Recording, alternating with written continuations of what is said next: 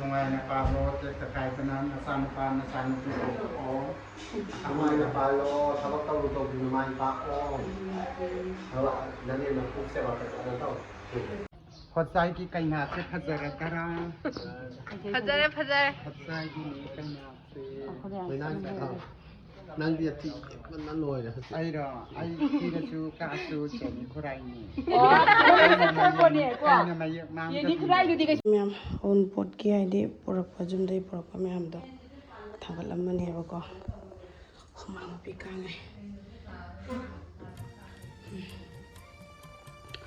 खुद के nail police का लोई को खड़े मैम मैं वास्ते वीडियो मतंग सिदी आगे रिसेप्शन के मेकअप लुक की मतंग से तो जरा के लोइना ना है बदी को अखोई की रिसेप्शन का की बगी हम दो अनबॉक्सिंग तो बगी सु शेयर तो जरा के लोइना ना सिगी वीडियो सिदा अदुगा अखोई की ओजा जेनी ना हलमदाई की मतंग सो शेयर तो जरा के को अदो इस्तना मैं पुलक एमिनसी अदो करीगुम्बा हाइदे की चैनल सिदा अनबो तादी सब्सक्राइब तो बका बिरमनो अनबो नुआई नुआई कंटेंट मैं पुजरा के अदुगा मैं नेक्स्ट की वीडियो मतंग सिदी करम्बा मतंगी शेयर तो जगे हाबदसु हाइबिरओ अदुम मयाम की हाइदी सजेस्ट पीबदुना आगिसु हाइदी अदुम थौना ओदुनि हाबा नेक्स्ट की वीडियो से असी म शेयर तो जगे कायना अदो मयामना कमेंट सेक्शन दा थंबिरमको नुआई नुआई कंटेंट पुना लाक्चगे अदुनि मैम हेंमिनारसी पुलप हौजिक से मैम मेकअप हौदोरे अदो हौजिक अखोगी हाइदी रिलेटिव का अदुगा ममा अदुगा इचनपी की फ्रेंड्स मैम हाइदी ओजाना केरी से मनाक फमने येंगना लेनेबको हाइदी मीना केरगा अदुम अखोई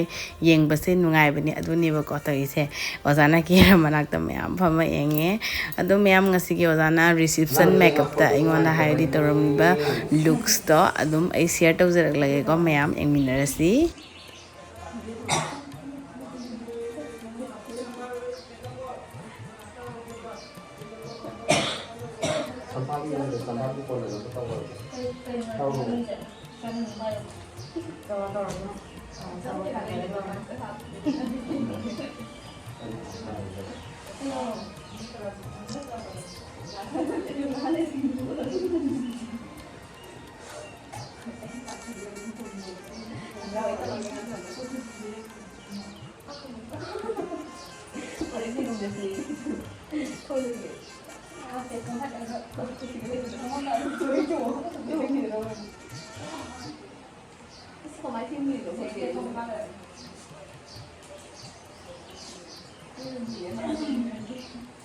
Tin thun long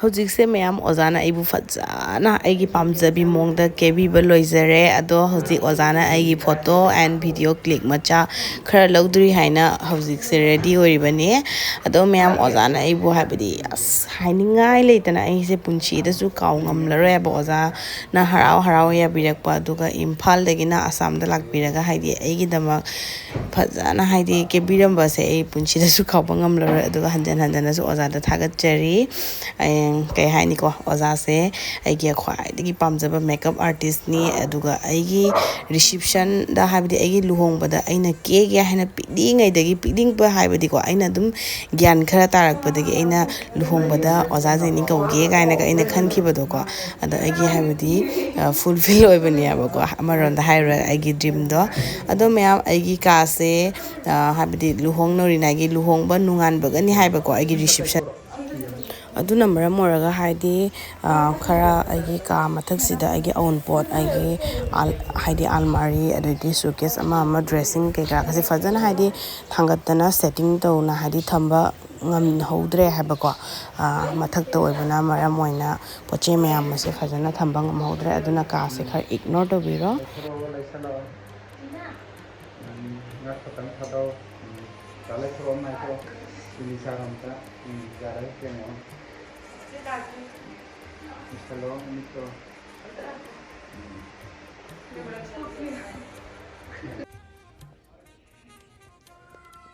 adudai oza hoina hankiba matang do akhoi punnamak se emotional hoina lehoreba amuk karam kanda unadoino thengnadoino khangponte ko aduga oza na halamdai da akhoi da lunch tawraga chatkiba aduga amuka habdi oza chalamdai da aina ngamjaba akhoi ipamdagi mamana hapakpa phimate amamga ngamjaba dakhina macha amamga aina tawduna haidi hara haramuna dum oza hoise hankhare ado hoji engminasi mayam oza hoi hankibai matang dumu aduga loraga unboxing mu engminarsi ko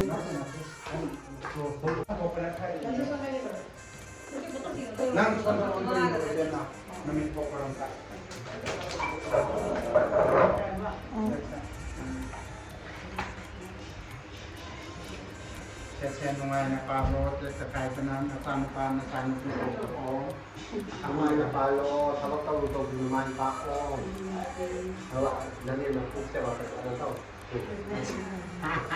mana mampu saya.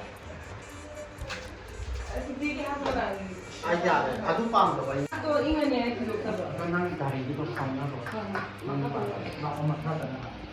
Ay, aku ni.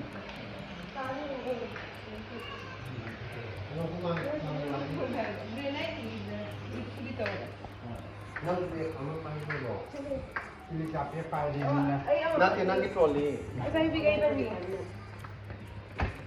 Nanti si campur kelan. Jadi jangan ada apa-apa. Apa?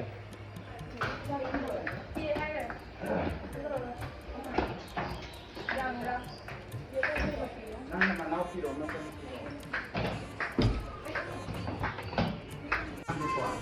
Ya, sudah lah, sudah lah. Kan was like that. Thôi, làm luôn.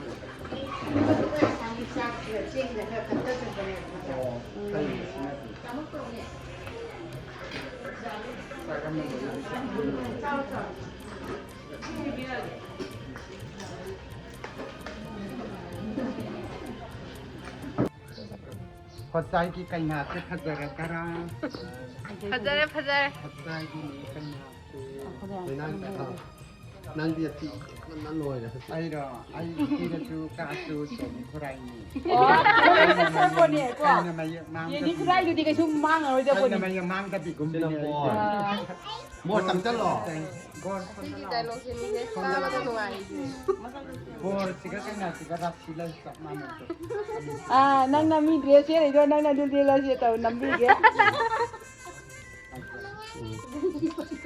yara po Tidak, ay mau lupa ya. Ang wanita.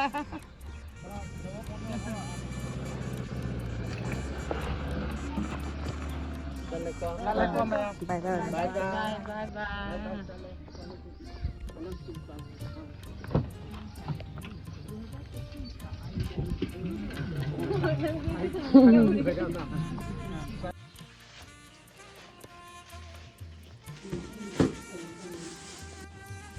ado mayam hoji unboxing tawjarage aduga akhoi reception gi gift se ko mayam haibadi mayam se haidi sem haidi phangbasu yawi haibadi angamba akhoi je glass set aduga cup set aduga Milton gi ising shahanaba aduga hot gas aduga filter haidi makhal mayam ni ko ado angamba lili kida hena yamna phangi haigadra kain akhoi gift se ado mayam horen amuk unboxing tawra kan waida amuk engminasi aduga jera ke mayam hoje khoi kana unboxing tram da gi gift mayam se hon do ine ba ko ado engminas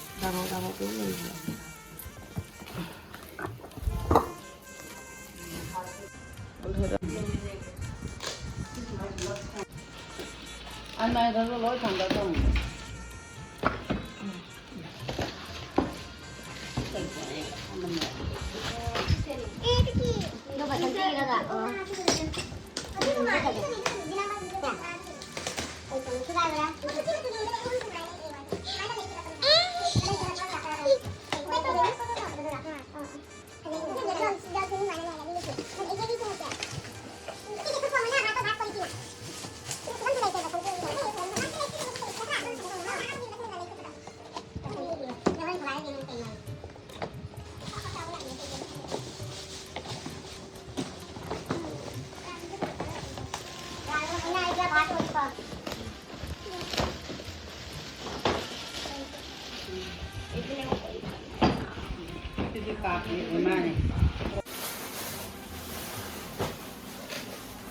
Wow,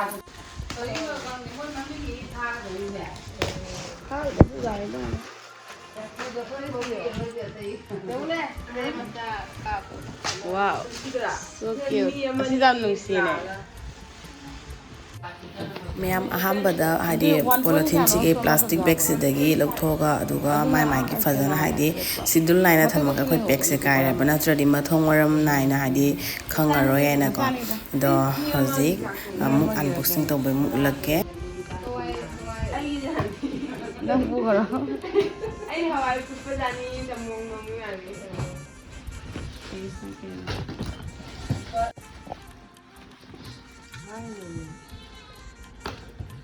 마 지금 내 맘마게 내도 그러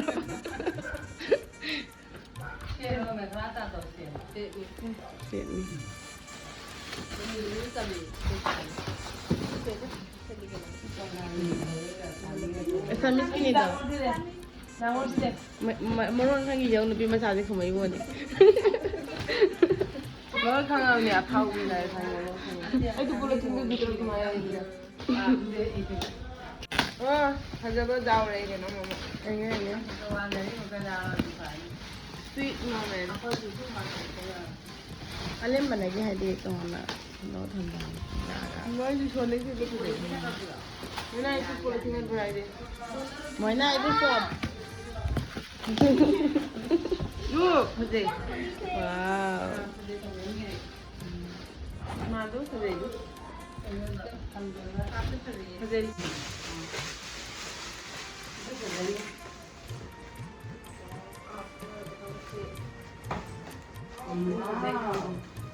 Itu kamu hanggau kan?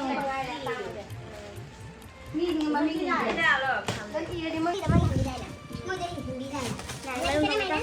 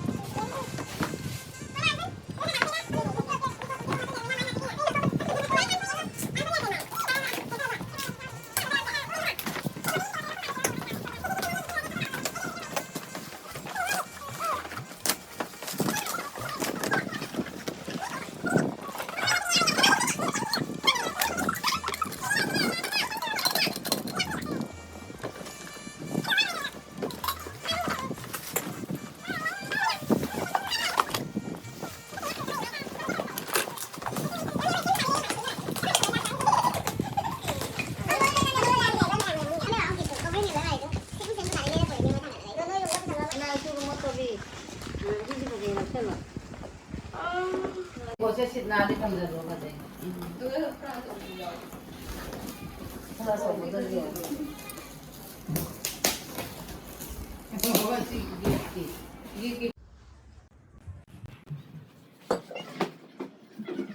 ꯃꯌꯥꯝ ꯑꯣꯟ ꯄꯣꯠꯀꯤ ꯍꯥꯏꯗꯤ ꯄꯨꯔꯛꯄ ꯌꯨꯝꯗꯒꯤ ꯄꯨꯔꯛꯄ ꯃꯌꯥꯝꯗꯣ ꯊꯥꯡꯒꯠꯂꯝꯃꯅꯦꯕꯀꯣ ꯍꯨꯃꯥꯡ ꯃꯄꯤ ꯀꯥꯡꯉꯦ ꯈꯨꯠꯀꯁꯦ nail ꯄꯣꯂꯤꯁꯀ ꯂꯣꯏ ꯀꯣꯛꯈ꯭ꯔꯦ ꯃꯌꯥꯝ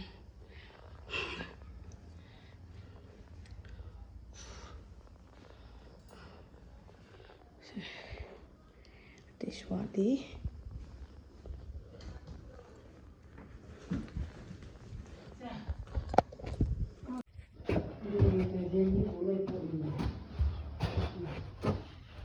Combo. Oh.